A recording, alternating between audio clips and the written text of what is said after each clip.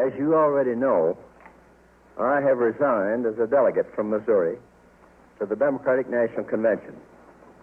I did this because I have no desire whatever to be a party to proceedings that are taking on the aspects of a prearranged affair. A convention which is controlled in advance by one group and its candidate leaves the delegates no opportunity for a democratic choice and reduces the convention to a mockery. I've always believed that the Democratic Party should stand for an open convention and should resist any bandwagon that thwarts or stifles the free and deliberative process of this great instrument of democracy. Don't mind that happening in the Republican convention, you understand. The Democratic Party must never be allowed to become a party of privilege, for men of modest means, or no means at all, cannot rise to a service in the nation.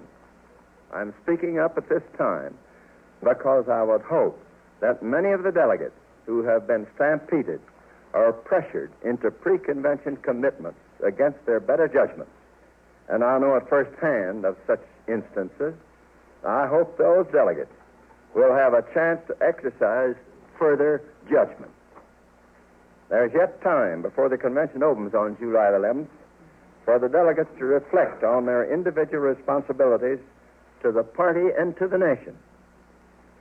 For this is a time of great difficulty in the world, and we cannot afford to be swayed by personal likes or dislikes.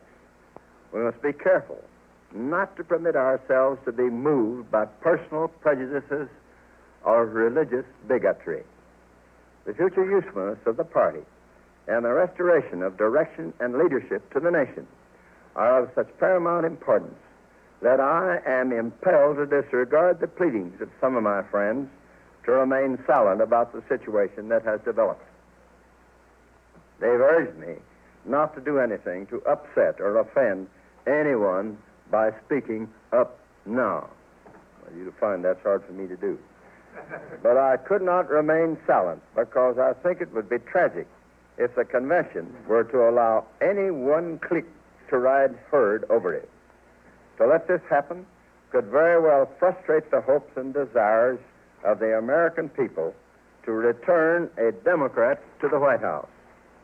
This is the first National Democratic Convention I shall miss since I became a United States Senator in 1934. And it is a matter of great regret and deep emotion for me to stay away from the proceedings of my party, which has honored me so greatly and has always been so kind and generous to me personally. But the times are such that the future success of the party and the restoration of leadership to the nation compel me to forego personal considerations and do whatever I can to alert the Los Angeles Convention. I want to make it clear that my disappointment at the manner in which some of the backers of Senator Joseph F. Kennedy have acted involves in no way, in my own mind, the person or qualifications of the senator himself. I think, to a great extent, Senator Kennedy is a victim of circumstances brought on by some of his overzealous backers, which is unfortunate and unfair to him. Senator Kennedy has demonstrated ability, capacity, and energy to play an important and continuing role in the party and in this government of ours. I've always liked him personally, and I still do. And because of this feeling, I want to say to him at this time, and I'm going to quote a statement that I'm making to Senator Kennedy. Senator,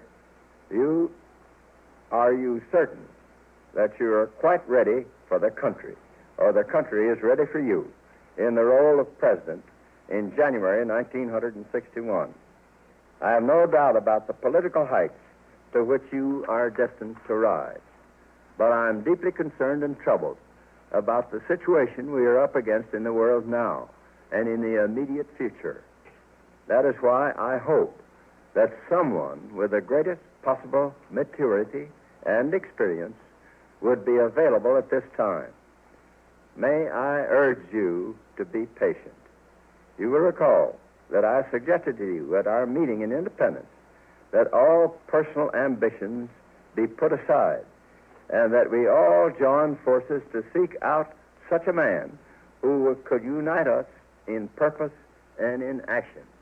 That's the end of the quote.